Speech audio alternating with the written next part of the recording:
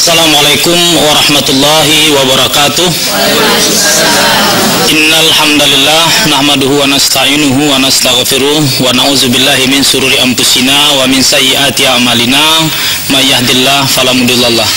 Para pemirsa TVRI dimanapun Anda berada, alhamdulillah sore ini kita berjumpa kembali dalam acara Mimbar Jumat, di mana topik kita sore kali ini adalah berbicara tentang hubungan ibadah dengan kebahagiaan dan kesehatan. Ketika kita berbicara tentang ibadah, itu biasanya kita mendapatkan ridho dari Allah Subhanahu wa taala dan pahala. Tapi ternyata ada kebahagiaan dan ada kesehatan di sana. Untuk membahas itu, alhamdulillah di studio terhadir bersama kita Al-Ustaz Dr. Haji Muhammad Iqbal Irham MA MSc. Assalamualaikum Ustaz. Waalaikumsalam. Apa kabar Ustaz? Alhamdulillah Pak Ustaz ya. Nah, baik pemirsa, di studio juga telah hadir bersama kita ibu-ibu dari Perwiritan Silaturahim Komplek Perumahan Geria Bestari Permai Medan. Dan nanti insya Allah kita minta juga partisipasinya, apakah bentuk pertanyaan, kritik dan saran ya Bu ya. Nah baik Pak Ustadz, kita berbicara tentang hubungan ibadah dengan kebahagiaan dan kesehatan. Mohon penjelasan Pak Ustadz terkait dengan ini, karena banyak di masyarakat bahwa sebenarnya beribadah itu ya untuk mendapatkan ridho dari Allah, untuk mendapatkan pahala. Apakah hanya sebatas itu? Ternyata ada kebahagiaan di sana dan kesehatan. Mohon penjelasan Ustadz, silakan. Baik, terima kasih ya, para hadirin, para pemirsa yang kami muliakan. Alhamdulillah, ketika Allah memberikan kewajiban kepada kita untuk melakukan penghambaan kepadanya, maka itu berarti bahwa penghambaan itu sendiri itu tidak diperuntukkan untuk Allah. Jadi sesungguhnya secara tauhid Allah tidak butuh, tidak perlu dengan ibadah kita. Lalu siapa yang perlu dengan ibadah kita? Yang perlu dengan ibadah kita adalah kita sendiri. Itu patokan awalnya. Kalau kitalah yang perlu dengan ibadah kita, maka segala manfaat dari ibadah itu akan kembali kepada kita. Jadi kalau Ustaz tadi menyebut ada ridha Allah, itu kembalinya kepada siapa? Ke kita. Ada pahala, itu kembalinya kepada siapa? Itu kembali kepada kita. Dan seringkali bicara tentang ibadah itu kecenderungannya yang kita peroleh nanti di akhirat. Kalau ibadah itu hanya kecenderungannya diperoleh di akhirat, lalu apa manfaatnya ibadah di dunia ini? Nah, ketika kita mengkaji itu perlahan-lahan, jadi paling tidak ada 3 sudut pandang yang saya buat, yang saya lihat kenapa ini menghasilkan bahwa ibadah itu berhubungan dengan kebahagiaan, berhubungan dengan kesehatan. Yang pertama ilmu tasawuf, yang kedua ilmu psikologi Islam, yang ketiga psikoterapi Islam. Jadi 3 ini memandang bahwa ibadah yang dilakukan oleh siapapun, asal dia benar, dia ada rumusnya itu. Ada rumusnya, paling tidak rumusnya ada 3. Pertama tumakninah, yang kedua istiqomah, yang ketiga benar. Kalau itu dilakukan secara simultan, maka orang pasti akan memperoleh kebahagiaan.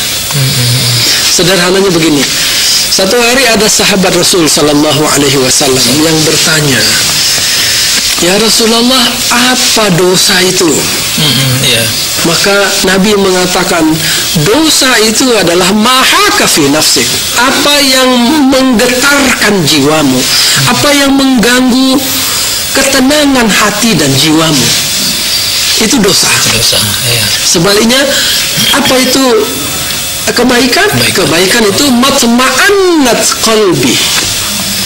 Jadi kebaikan yang dilakukan, dan ibadah itu pasti kebaikan, itu akan menenangkan jiwa. Setiap ketenangan jiwa itu kebahagiaan. Karena kan terkait dengan ibadah ini, Allah berarti sesuai dengan komentar Ustaz tadi bahwa Allah itu tidak rugi kalau hambanya tidak beribadah. Betul. Sesungguhnya ya, karena ibadah itu adalah diperuntukkan kembalinya adalah kepada umat manusia itu. Kepada kita sendiri. Jadi kalau kita main-main dalam ibadah, itu yang rugi kita. Kalau kita tidak sungguh-sungguh dalam ibadah, itu yang tidak mendapatkan kebaikan kita, bukan Allah. Jadi kata Allah dalam salah satu hadis qudsi, seandainya seluruh penduduk langit dan bumi itu tidak beribadah kepadaku, itu tidak mengurangi keagunganku, kata Allah. Tapi seandainya pun seluruh penduduk langit dan bumi itu beribadah kepadaku, itu pun tidak menambah keagunganku. Jadi kemana kembalinya? Kepada orang yang melakukan ibadah itu sendiri. Ya, berarti bisa kita pahami bahwa kalau beribadah itu paling tidak maunya jangan lagi hanya sebatas kewajiban, tapi ditingkatkan kepada kebutuhan, Ustaz. Iya, nah kita akan menggiring ke sana. Karena ibadah kalau sekedar kewajiban, itu tidak membawa efek pada kebahagiaan, tidak membawa efek pada kesehatan. Ya, baik Ustaz. Terkait dengan itu Ustaz, hubungan ibadah dengan kebahagiaan. Lalu kemudian, apakah semua jenis ibadah itu menimbulkan kebahagiaan? Dan lalu kemudian apa kaitannya dengan kesehatan? Di mana letak sehatnya di situ Ustaz? Dari ibadah gitu. Begini. Kalau kita lihat secara teori, mau teori manapun, termasuk teori barat, siapapun yang sedang berbahagia, maka dia sehat. Itu teorinya ya. Itu teorinya. Siapapun yang sedang senang hatinya, itu tubuhnya akan mengeluarkan imunitas. Jadi secara kedokteran sebenarnya kita ini punya pabrik terbesar, pabrik obat terbesar di dunia.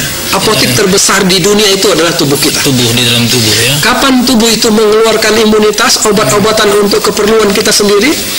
Ketika kita berada dalam keadaan tenang, berada dalam keadaan nyaman. Nah, tenang, nyaman, tentram, itu dalam ibadah namanya khusyuk. Jadi setiap orang yang melakukan ibadahnya dengan khusyuk, dengan tumaknina, pasti dia akan bahagia. Itu pasti, dijamin. Dan ketika itu dilakukan secara terus-menerus, maka pikirannya itu akan menjadi lebih tenang, badannya akan mengeluarkan zat-zat yang akan membuat tubuhnya semakin hari semakin sehat, dan semakin sehat. Itu kan bukan berarti yang sakit sekarang pemirsa di rumah tidak beribadah, bukan itu maksud Ustaz kan?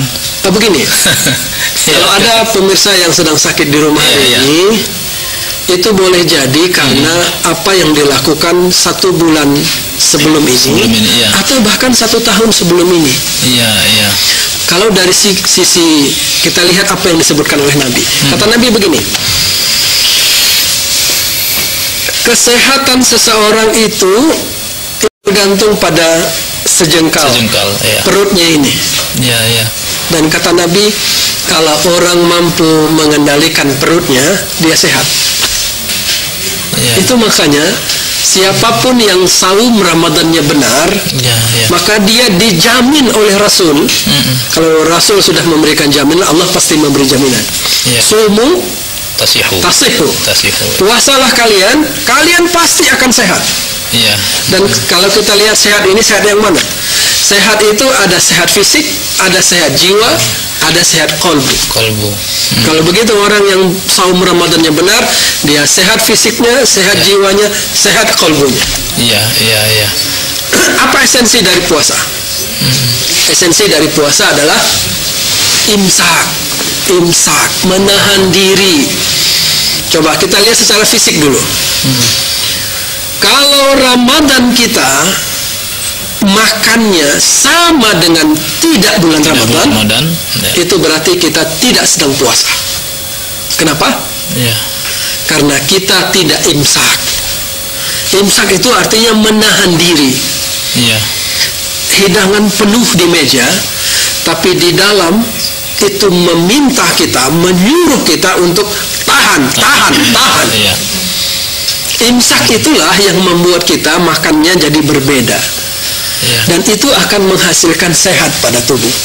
Karena kata Nabi, 1/3 perut itu untuk makanan, 1/3 untuk minuman, 1/3 biarkan kosong. Untuk apa? Untuk udara, sirkulasi udara Ustaz ya. Kalau begitu makanan kita, asal tahu tekniknya melalui Ramadan, kita akan sehat, insya Allah. Nah, baik Pak Ustaz. Itu kan salah satu ibadah. Betul. Nah, kita bicara ibadah ini kan banyak nih Ustaz. Ya. Nah, bahkan dalam sederhananya senyum saja sedekah gitu kan. Ya. Nah, itu kan bagian dari ibadah. Betul. Nah, dari gerakan ibadah itu Ustaz, ada tidak pengaruhnya terhadap kesehatan dan juga kebahagiaan dari gerakan ibadah itu? Contoh seperti sholat, umpama dari gerakan, kalau senyum adalah sedekah, dengan buka bibir langsung kemudian gerak-gerik ini sehat. Apakah ada seperti itu dalam Al-Quran Ustaz? Ya, saya tertarik dengan senyum ini. Ya, senyum. Masalahnya begini, seringkali orang melihat tampilan luar ya. Iya, iya. Padahal senyum itu tidak akan bisa diberikan oleh orang yang lagi marah. Lagi marah, iya. Kenapa? Karena di dalamnya itu sedang ada api yang membara. Senyum itu akan keluar ketika di dalam itu tenang, sejuk, damai. Dan senyum itu akan membuat orang menjadi awet muda. Karena otot-otot di wajahnya itu sedikit yang terpakai. Jadi orang yang selalu senyum dalam hidupnya itu akan terlihat cerah dimanapun. Tapi kalau senyum sendiri-sendiri, senyum sendiri ya ibadah. Ya, silakan lanjut. Tentu ada objeknya ya. Kalau senyum sendiri itu lain persoalan. Itu lain persoalan. Nah, itu persoalan senyum. Jadi tidak bisa dipisahkan. Senyum yang keluar itu sesungguhnya menunjukkan bahwa di dalam itu damai. Itu tenang ada di dalam. Nah, saya tertarik persoalan gerakan salat. Gerakan. Kebetulan kita, alhamdulillah, itu sudah melaksanakan terapi gerakan sholat selama lebih kurang 2 tahun ini. Terapi gerakan sholat, ya? Jadi kita buat training terapi gerakan sholat itu sudah di sekitar Jabodetabek, Jakarta, Depok, Bogor, Tangerang, sekitarnya lah ya. Kita buat di sana dan alhamdulillah itu banyak sekali manfaatnya. Saya kasih contoh sederhana nih bagi ibu-ibu ini. Satu hari dalam sebuah pengajian, saya melihat ada seorang ibu yang masuk, umurnya hampir 80-78 kalau saya tidak salah. Dia jalan dengan kaki yang perlahan, pegang tongkat gitu. Begitu dia masuk, saya tanya, ibu kenapa? Katanya, kaki lutut saya ini sakit. Saya tanya, sudah lama bu? Sudah lama. Lalu apa solusinya bu? Solusinya, saya sudah ke dokter kemana-mana, termasuk ke dokter tulang. Spesialis tulang. Apa namanya itu saya kurang paham ya. Apa yang ditawarkan oleh dokter? Saya tanya. Kata ibu itu, suntik. Jadi rupanya bu, kalau lutut ada masalah, kering olinya, jadi mau tidak mau dia harus disuntik. Berapa sekali suntik? Saya tanya, ibu berapa sekali suntik? 3 juta. Di Jakarta, saya tidak tahu di sini ya. Sekali suntik 3 juta. Berapa lama suntikan itu bertahan? Kalau ya, kita berandai-andai. Kalau 3 bulan bertahannya, berarti dalam 1 tahun berapa kali suntik? 4 kali. 4 kali 3? 12. Maka ibu itu harus keluar uang 12 juta untuk suntik lutut saja. Lalu saya bilang, ibu mau kita bantu? Mau lah. Nah, saya ajarkan pada beliau bagaimana ruku yang benar. Dan ruku yang benar itu adalah letter L. Yang selama ini, kalau ibu-ibu, kalau Ustaz lihat, orang kalau dia ruku, kaki dengan punggungnya, itu pasti punggungnya agak miring ke belakang. Tidak pernah lurus. Sebab kalau dia lurus, itu mungkin dia jatuh kalau dia tidak bisa. Nah, ketika ini diluruskan, maka terjadi peregangan di saraf kakinya. Terasa dia di betis itu. Di betis itu akan ketarik dia, akan ketarik bahkan sampai pinggang. Dari punggung ke kepala itu juga harus ditarik sebetulnya. Dan ketika itu kita praktekkan tidak lama, paling sekitar 10 menit saja. Kata sang ibu, udah Ustaz ya, saya capek gitu. Sakit memang, sakit. Lalu dia duduk. Kita mulailah pengajian. Kira-kira setengah jam pengajian di sebuah rumah. Di sudut itu ada air minum. Lalu sang ibu karena haus, dia bangkit. Lalu dia mengambil air minum. Tadinya dia datang pakai tongkat. Tertatih-tatih malah ya kan? Tertatih-tatih malah, betul. Begitu dia bangkit di tengah jalan, baru dia sadar dia tidak bawa tongkat, dan jalannya lancar. Ya, subhanallah, ya kan? Saya sendiri kaget waktu itu. Berarti Allah memberikan sesuatu yang jelas-jelas langsung di hadapan kita, bahwa sholat itu hubungannya dengan kesehatan kuat sekali. Asal rumusnya tiga. Tumakninah, istiqomah, dan benar. Harus benar caranya. Nah, itu kita praktekkan sudah, alhamdulillah sudah hampir 2 tahun ini. Artinya memang ibadah itu betul-betul lah dilaksanakan, Ustaz ya. Betul. Karena dari segi kalau sholat itu kan bahasanya juga aqimis sholat, Ustaz ya. Dirikan sholat memang betul-betul harus ditegakkan gitu. Ini kan banyak orang asal ruku, asal sujud, tapi tidak ada efek domino dari ibadahnya itu. Iya, jadi saya pernah membaca sebuah hadis yang kira-kira maknanya begini. Rasul bertanya kepada para sahabat, tahukah kalian siapa orang yang paling rugi? Sahabat mengatakan, Allah dan Rasulnya yang paling tahu. Kata Nabi, orang yang paling rugi adalah yang paling buruk ya. Orang yang paling buruk adalah orang yang mencuri dalam sholatnya. Mencuri dalam sholat? Iya. Sahabat kaget, siapa ya Rasulullah mencuri dalam sholatnya? Kata Rasul, orang yang mencuri dalam sholatnya adalah orang yang tidak meluruskan tulang punggungnya, gerakannya waktu ruku dan waktu sujud. Jadi bayangkan, kalau ada orang yang dalam sholat saja dia mencuri, apalagi di luar sholat. Di luar sholat. Apalagi di luar sholat. Ya, yang dicurinya apa tuh? Mohon penjelasan Ustaz. Yang dicuri itu gerakannya itu tidak sempurna. Tidak sempurna seperti yang disunnahkan oleh Rasulullah Sallallahu Alaihi Wasallam. Iya. Karena itu kita sampaikan kemana-mana bahwa ibadah itu pasti membawa kepada kesehatan, pasti. Iya. Dan hubungannya begini, ini mohon maaf ini Bu. Orang semakin tinggi usianya, harusnya dia semakin sehat.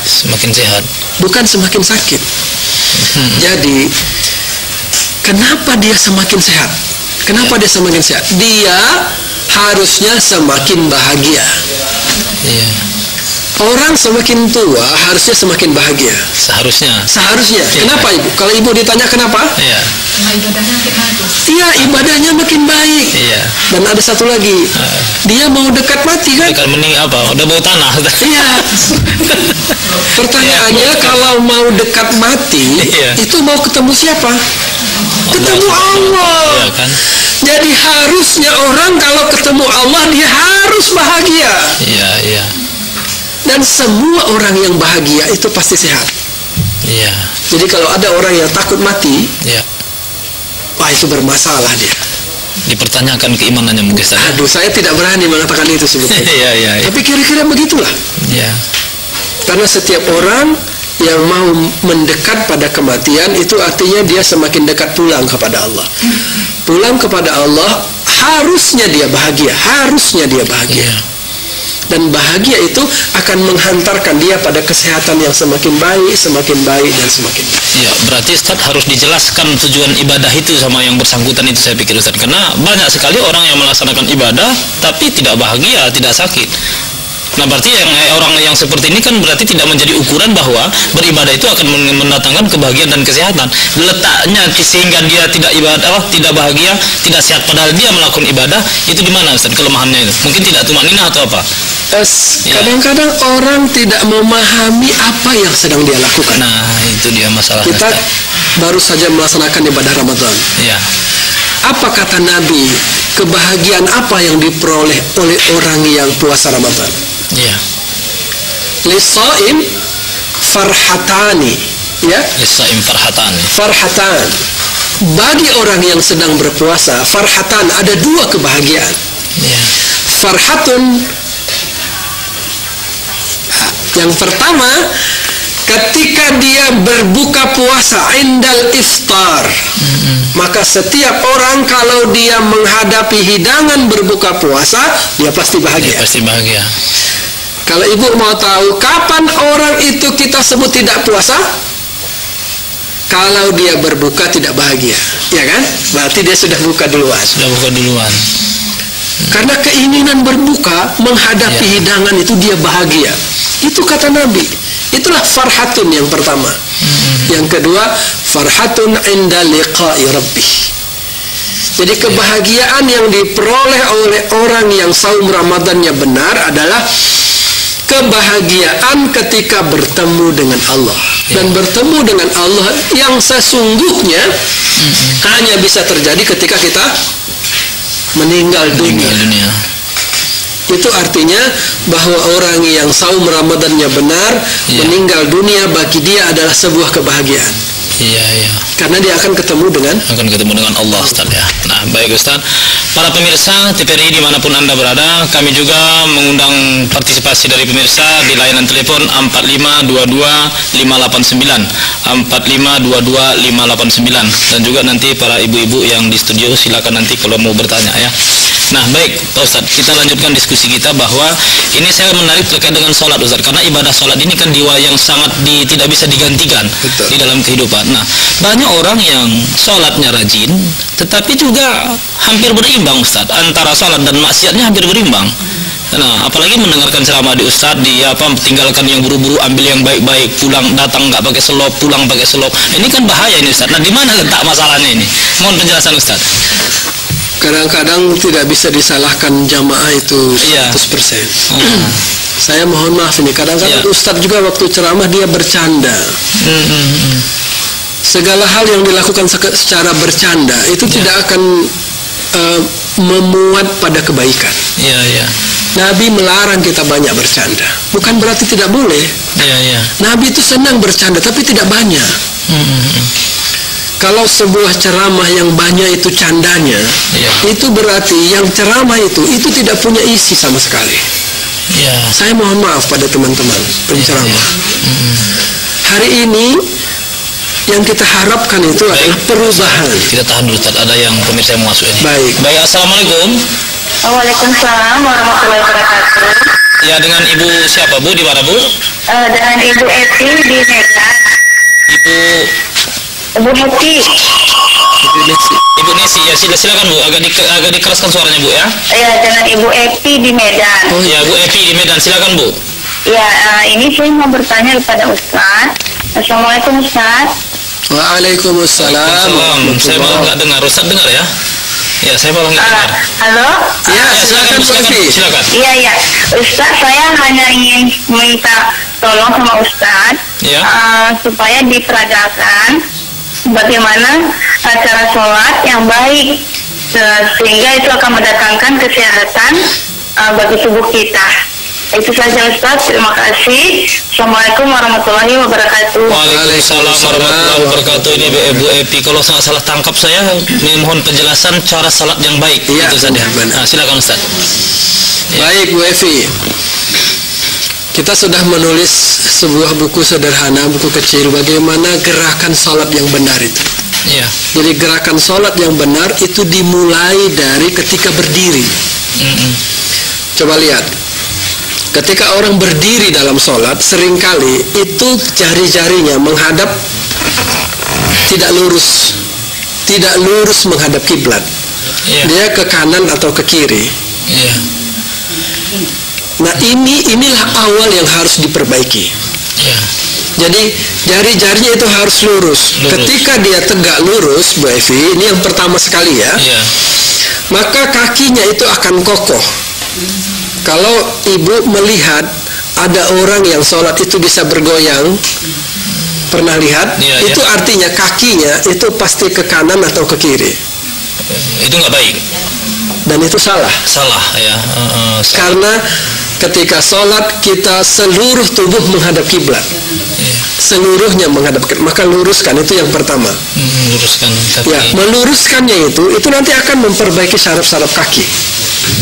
Itu yang pertama. Yang kedua, ketika takbir ada banyak manfaat yang diperoleh ketika kita angkat itu. Yang pertama itu membuka rongga dada. Maka bahu ini itu harus ditarik ke belakang. Yang kedua, antara dua urat-urat belikat kita di belakang itu ada titik jantung. Jadi kalau kita tarik ini ke belakang, maka itu akan kesentuh titik jantung. Maka orang yang takbirnya benar, insya Allah itu tidak akan sakit jantung. Ini adalah proses awal dari konsentrasi. Kalau orang menyebut konsentrasi, tapi itu sebenarnya khusyuk. Itulah awal, itu gerakan yang kedua. Tapi ini sederhana saja Bu Evi ya. Nanti ketika ruku akan banyak kali manfaat, termasuk kalau ada saraf kejepit di belakang, itu bisa ditariknya, akan kembali insya Allah dalam posisi yang baik. Dan itu kita sudah buktikan masalah lutut yang kita sebutkan tadi.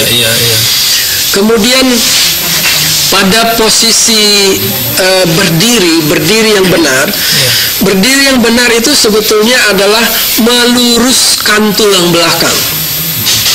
Nah, kalau ibu-ibu ditanya lurus tulang belakang itu seperti apa?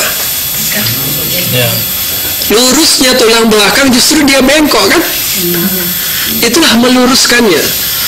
Jadi lurus tulang belakang itu artinya kayak posisi tentara sedang siap menantang gitu. Ya, itulah meluruskan tulang belakang. Sebab kalau tulang belakang itu tidak lurus, akan banyak penyakit yang diderita oleh seseorang. Itu sederhana sekali. Sujud misalnya, sujud itu dulu ketika istri saya hamil anak yang pertama, saya ingat sekali dibawa ke sebuah rumah sakit, perawat di situ, bidannya itu mengatakan nanti di akhir mau melahirkan biasakan sujud seperti ini. Dan sujudnya itu persis sedikit beda aja dengan sujud yang kita lakukan dalam bentuk terapi gerakan sholat. Bukan sujud yang biasa. Kalau sujud yang biasa yang dilakukan oleh orang itu tidak persis begitu. Jadi ketika seorang ibu memposisikan sujudnya dengan benar, itu nanti agak panjang ke depan. Jadi kira-kira begini, sajadah yang baik itu kira-kira 120 cm. Artinya di ujung sajadah itulah mungkin kepala itu, Ustaz. Iya, lebih panjang. Lebih panjang dia. Barulah itulah sujud yang benar itu. Iya.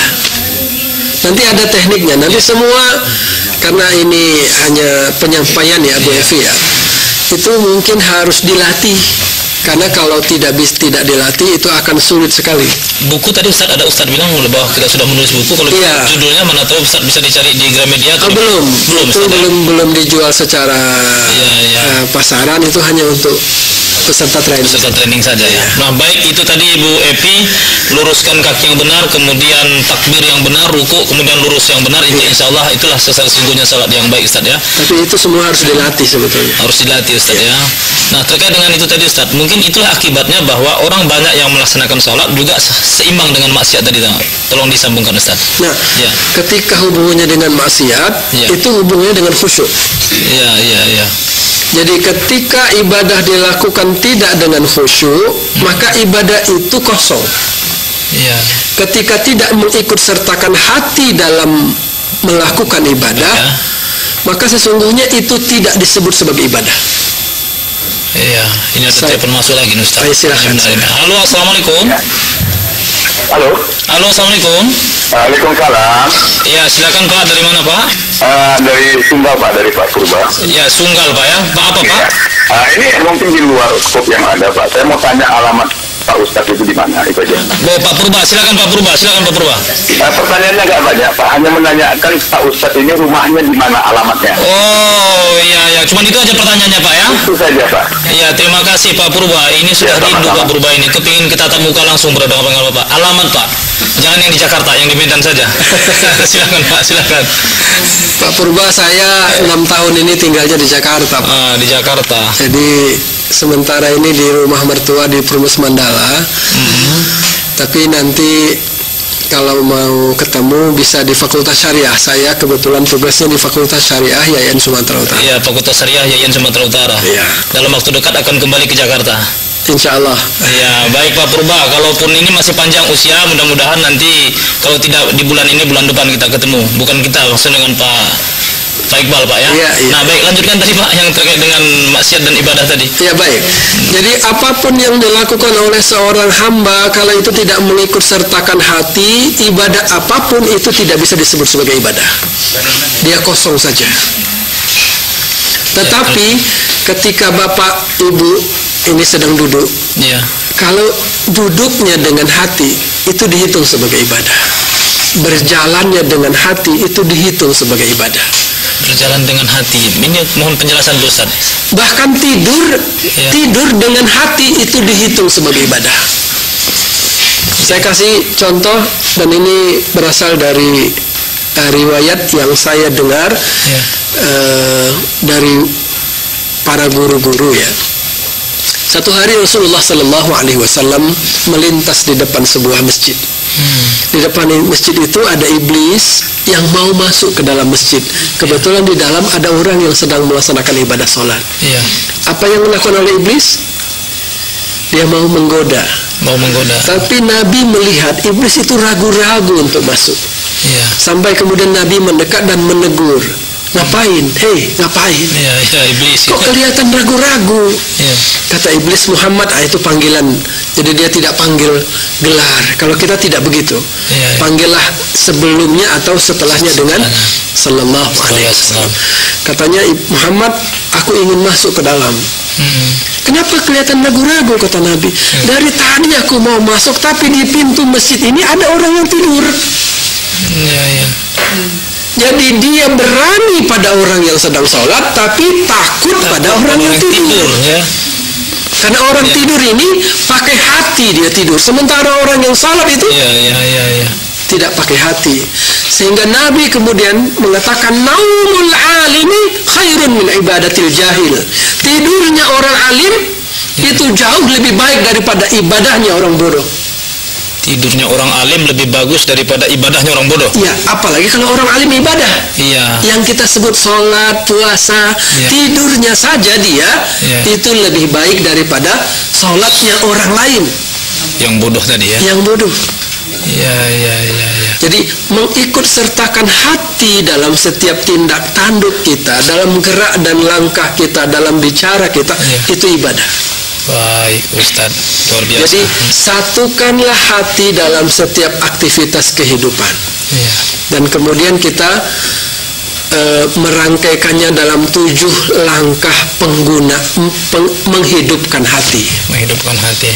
Baik, Pak Ustaz, kita sapa dulu pemirsa yang ada di studio. Silakan Ibu yang cantik-cantik ini.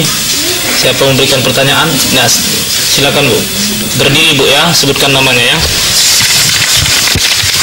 Assalamualaikum warahmatullahi wabarakatuh. Waalaikumsalam warahmatullahi wabarakatuh. Terima kasih, sungguh menarik diskusi kita sore ini.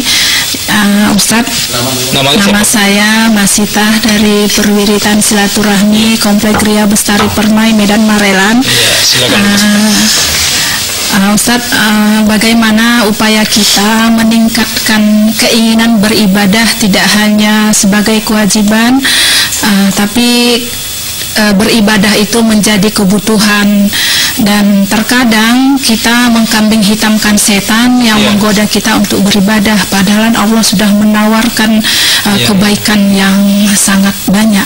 Itu saja, terima kasih. Billahi taufik wal hidayah. Assalamualaikum warahmatullahi wabarakatuh. Waalaikumsalam warahmatullahi wabarakatuh. Kita tampung dulu Ustaz ya. Ya, 3. Silakan, ada lagi Ibu?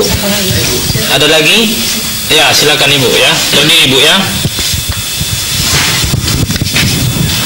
Assalamualaikum warahmatullahi wabarakatuh. Waalaikumsalam warahmatullahi wabarakatuh. Saya mau bertanya Pak. Namanya Bu siapa Bu? Nama saya Bu Epi. Oh, Bu Epi. Nama dengan telepon tadi ya, silakan. Komplek Gria Bestari Permai Bu ya. Iya.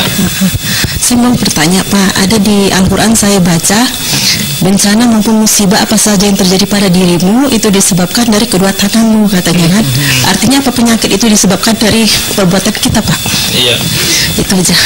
Assalamualaikum warahmatullahi wabarakatuh. Waalaikumsalam warahmatullahi wabarakatuh. Satu lagi untuk Bapak pertama ini, nanti Bapak kedua kita lanjutkan. Ada? Baik. Ya, silakan, ini ada ini satu lagi. Ya. Sudah dipersiapkan dari kemarin ini. Ya, silakan Bu, berdiri Bu. Assalamualaikum warahmatullahi wabarakatuh. Waalaikumsalam warahmatullahi wabarakatuh. Saya Ibu Yuri dari silaturahmi Majelis Taklim Silaturahmi Komplek Tria Bestari Permai Marelan. Begini Ustadz, yang mau saya tanyakan tadi, menyimak sari tilawah tadi dalam Quran surat Yunus tadi mengatakan bahwa Allah itu memberikan penyakit itu sebagai karuniakah atau sebagai rahmat ataukah ujian? Itu yang ingin saya tanyakan Ustaz. Dan yang kemudian, kalau ditanya, kita semua ini tidak mau sakit dan tidak mau bahagia, maunya bahagia dan sehat gitu Ustaz. Nah, kalaulah Allah memberikan ujian sakit kepada kita, tapi kita itu merasa bahagia, bagaimana itu korelasinya antara bahagia dan sakit yang diinginkan oleh Allah? Saya rasanya itu aja Ustaz, terima kasih atas jawabannya. Assalamualaikum warahmatullahi wabarakatuh. Waalaikumsalam warahmatullahi wabarakatuh. 3 pertanyaan Pak, ini yang kedua dan yang ketiga hampir bersamaan. Tetapi yang menarik dari Ibu Yuri, sakit tapi bahagia. Nah, yang pertama tadi Bu Masita, keinginan untuk beribadah itu supaya jangan hanya sebatas melaksanakan ibadah, kewajiban dan lain sebagainya. Silakan Ustaz. Baik, terima kasih Ibu yang saya hormati, saya muliakan. Ketika kita tahu kebaikan dari sesuatu, maka kita pasti akan mengejarnya, mencarinya. Oleh karena itu, ketahuilah dulu kebaikan-kebaikan dalam ibadah. Apa manfaat dari ibadah itu? Pelajarilah pelan-pelan, tanyalah pada yang tahu. Nanti kita akan cenderung untuk mendapatkannya. Kenapa? Karena itu adalah fitrah setiap manusia, mengejar sesuatu yang bermanfaat. Ketika kita tahu manfaat sholat itu begini, dengan cara yang begini, cara yang benar tentu saja, nanti kita akan otomatis mengejarnya. Tetapi ketika kita tidak mendapatkan manfaatnya, tentu kita tidak akan mengejarnya. Karena itu, syarat pertama agar ibadah kita lebih baik daripada sebelumnya, cari ilmunya. Ilmunya yang utama. Ilmu itu bisa dicari lewat membaca. Ilmu itu bisa dicari dalam pengajian. Tapi ada yang lebih utama.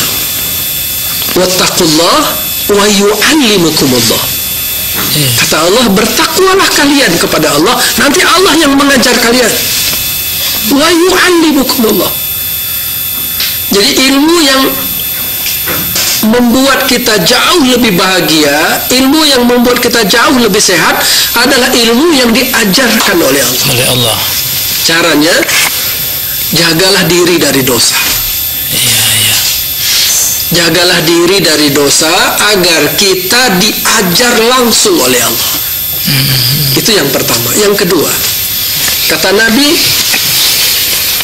siapa yang mengamalkan ilmu, maka Allah akan warasahullahu bima lam ya'lam. Man amila bima alima warasahullahu bima lam ya'lam. Siapa yang mengamalkan satu ilmu. Jadi ibu-ibu dalam pengajian nanti dikasih tahu oleh Ustaz, ini ada ilmu, amalkan. Kalau ibu amalkan, kata Nabi, warasahullahu bima lam ya'lam. Nanti Allah akan memberi ilmu yang tidak ibu pelajari. Jadi ilmu yang seperti inilah yang besar sekali manfaatnya untuk kehidupan kita. Jadi titik utamanya ada pada ilmu. Ada pada ilmu dulu. Dan tempat ilmu itu apa? Qalbu. Tempat ilmu itu qalbu, bukan pikiran. Ketika kita bersihkan hati kita, maka insya Allah ilmu akan masuk ke dalamnya. Kalau tidak, ilmu tidak akan masuk ke dalamnya. Ini yang pertama. Yang kedua, tadi soal penyakit tadi Ustaz. Penyakit. Apakah itu akibat dari ulah tangan kita atau bagaimana gitu? Kalau dilihat dari banyak petunjuk Nabi, betul. Kita sakit karena kita banyak makan, iya kan? Kita sakit karena kita tidak bisa mengendalikan pikiran kita. Saya menulis sebuah buku judulnya Forgiving Habit. Memaafkan itu membahagiakan. Memaafkan itu membahagiakan. Siapapun yang bisa memaafkan orang lain, dia bahagia.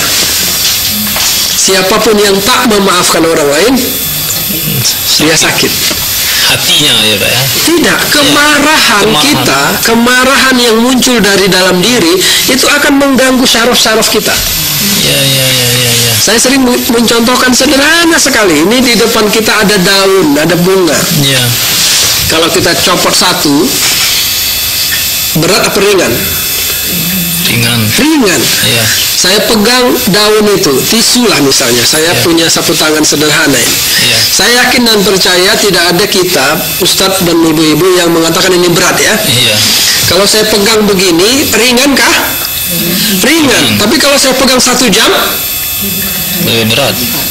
Oh ini akan bermasalah ini. Ya, bermasalah. Syaraf saya itu akan bermasalah. Apalagi kalau saya pegang 5 jam. Iya. Sehari semalam. Iya. Ibu setahun ya. Ibu bayangkan kalau ada sebuah masalah yang masuk dalam pikiran kita itu tidak hilang dalam 1 jam. Iya. Itu akan mumet pikiran ini. Dan itu akan mengganggu syaraf. Kalau syaraf itu sedikit saja terganggu, seluruh tubuh itu ada efeknya. Iya. Karena itu, apapun masalah dunia ini, jangan masukkan dalam pikiran. Boleh dia masuk, tapi keluarkan lagi. Jangan dendam gitu maksudnya. Jangan simpan. Jangan dendam. Jangan ambil sekian lama tidak dikeluarkan. Iya. Itu berbahaya. Apa yang datang dari Allah, kembalikan kepada Allah. Maka pertanyaan ibu tadi yang ketiga, Bu Yuri. Kalau ada orang yang dia diberi ujian oleh Allah sakit, tapi dia bahagia, itu terbaik. Kenapa orang sakit harus bahagia? Saya tanya. Pertama, karena Nabi Shallallahu Alaihi Wasallam sudah mengatakan, siapapun dari umatku yang diuji oleh Allah dengan sakit, hatta dia tertusuk duri di tengah jalan, tapi dia sabar, maka Allah mengampunkan dosanya. Jadi kalau ada orang sakit, harusnya dia bersyukur karena Allah sedang mengampuni dosanya. Jangan mengeluh. Dia tidak boleh sedih harusnya. Nggak boleh mengeluh. Apalagi mengeluh, sedih saja tidak boleh. Ini luar biasa. Karena Allah sedang memberikan ampunan kepadanya. Dan siapapun yang sedang diampunkan oleh Allah, itu artinya sedang dibersihkan, dicuci. Dan kalau dia mati, meninggal dunia dalam sakitnya, langsung surga karena bersih dari dosa. Itu caranya apa? Caranya cuma di sini saja. Jadi memaknai kehidupan saja. Kembalikan semua yang datang itu kepada Allah, karena datangnya dari Allah, kita kembalikan kepada Allah. Jadi jangan pernah menyesal. Jangan keluar, alah, kalau begini, tadi maunya begini, itu sudah lewat. Yang sudah lewat jangan pernah diomongkan, kecuali untuk mengambil pelajaran.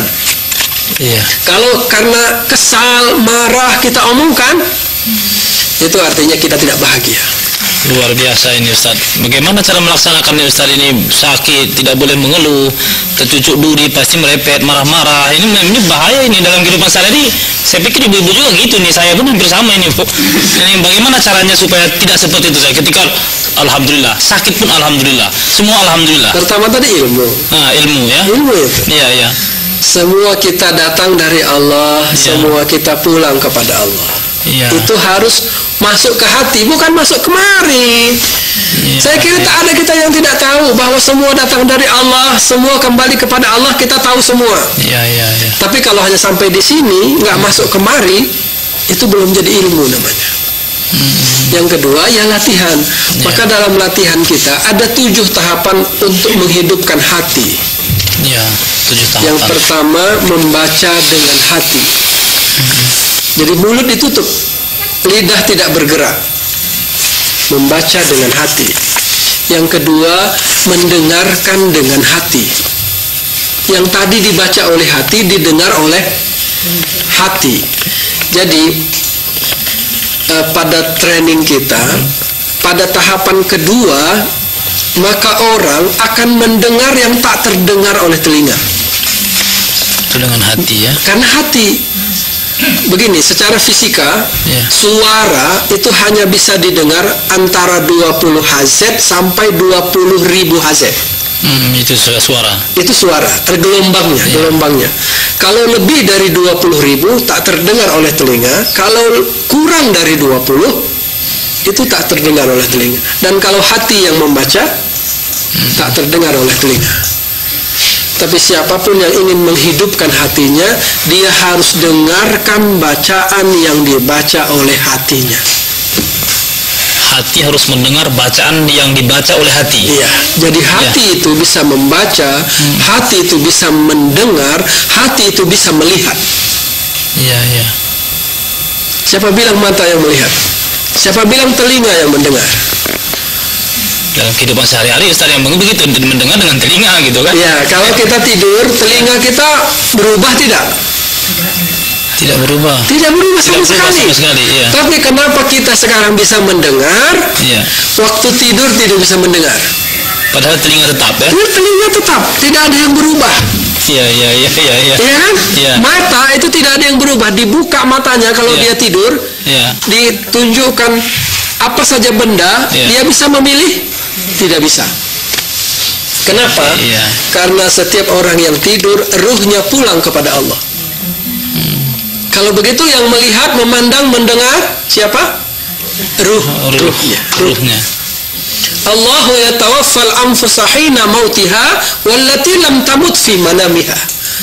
Allah menggenggam ruh orang yang meninggal dunia. Orang yang meninggal dunia wallati lam tamut fi manamiha, dan yang belum mati saat tidurnya. Ya. Jadi orang mati ruhnya pulang kepada Allah. Orang tidur kalau dia belum mati ruhnya pulang kepada Allah. Itu makanya dia tak bisa bicara, karena yang bicara hakikatnya adalah ruh. Yang memandang hakikatnya adalah ruh. Yang mendengar pun hakikatnya adalah ruh. Iya. Berarti Ustaz terkait dengan itu, kalau hati ruh, lalu kemudian hati boleh kepala boleh panas, hati tetap dingin. Nah, itu kaitannya dengan kehidupan sehari itu bagaimana itu antara hati dan kepala? Ya, jadi kalau kita pakai rumus barat pikiran itu ada dua. Ada pikiran yang di kepala, ada pikiran yang di pusatnya di jantung. Pikiran mind namanya. Conscious mind, pikiran sadar itu ada di kepala. Pikiran sadar itu dari 100% jumlahnya hanya 12% saja.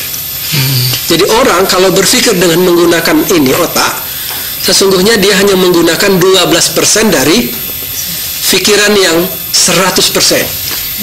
Tapi kalau dia menggunakan pikiran yang berpusat di jantung, itu 88%. Itulah subconscious mind. Saya tanya pada ibu-ibu, jantung bahasa Arabnya apa? Qalb. Jadi orang yang memfungsikan qalbnya, yang kita di Indonesia menerjemahkannya dengan hati sesungguhnya bukan hati terjemahnya, jantung terjemahnya. Siapapun yang memfungsikan qalbnya, maka dia mengambil 88% dari pikiran. Itu makanya orang yang menggunakan hatinya jauh lebih cerdas daripada orang yang menggunakan pikirannya. Baik Ustadz, ini sebenarnya menarik kajiannya Ustadz, tapi kesimpulan Ustadz sekitar setengah menit atau 1 menit, silakan Ustadz. Baik, Bapak Ibu yang berbahagia, Ustadz yang saya muliakan, alhamdulillah. Yang kita lakukan ini adalah memperbaiki ibadah kita kepada Allah. Kalau beribadah, pastikan bahwa ibadah itu masuk ke dalam diri. Lakukan dengan tenang, lakukan dengan lembut, lakukan dengan benar, tumaknina, istiqomah. Pastikan bahwa ibadah itu merubah ketenangan kita. Jadi kalau takbir, takbirlah dengan lembut, dengan tenang. Karena takbir itu menunjukkan bahwa kita sedang pasrah kepada Allah. Kalau kita tenang, maka kita pasti bahagia. Kalau kita tentram, kita pasti bahagia. Dan kebahagiaan yang kita ambil dalam sholat, kita temukan dalam sholat, kita bawa dalam sehari-hari, itu akan membuat tubuh kita menjadi jauh lebih sehat dari hari ke hari. Jadi kalau hari ini masih sakit, tidak apa-apa, tidak masalah kalau hari ini sakit. Tapi perbaiki ibadah, nanti ibadah itu akan memperbaiki kebahagiaan, dan kebahagiaan itu akan membuat kita jauh lebih sehat, insya Allah. Baik, terima kasih Pak Ustadz atas penjelasannya. Ini pemirsa, ibu-ibu di studio, terima kasih atas kehadirannya. Baik, para pemirsa dimanapun Anda berada, hanya waktu jualah yang memisahkan kita. Sebenarnya banyak yang mau kita diskusikan, yang mau kita pertanyakan terkait dengan ibadah. Nah, ternyata dapat kita ambil pemahaman para pemirsa bahwa kalau ibadah itu bukan hanya untuk mendapatkan ridho dari Allah Subhanahu wa taala, tapi ternyata ada kebahagiaan, ada kesehatan apabila ibadah itu kita laksanakan dengan benar sesuai dengan petunjuk yang ada di dalam Al-Qur'an dan As-Sunnah. Baik pemirsa dimanapun Anda berada, saya Jainuddin pembawa acara beserta seluruh kru TVRI mengucapkan terima kasih atas perhatian Anda. Terima kasih dan Assalamualaikum warahmatullahi wabarakatuh.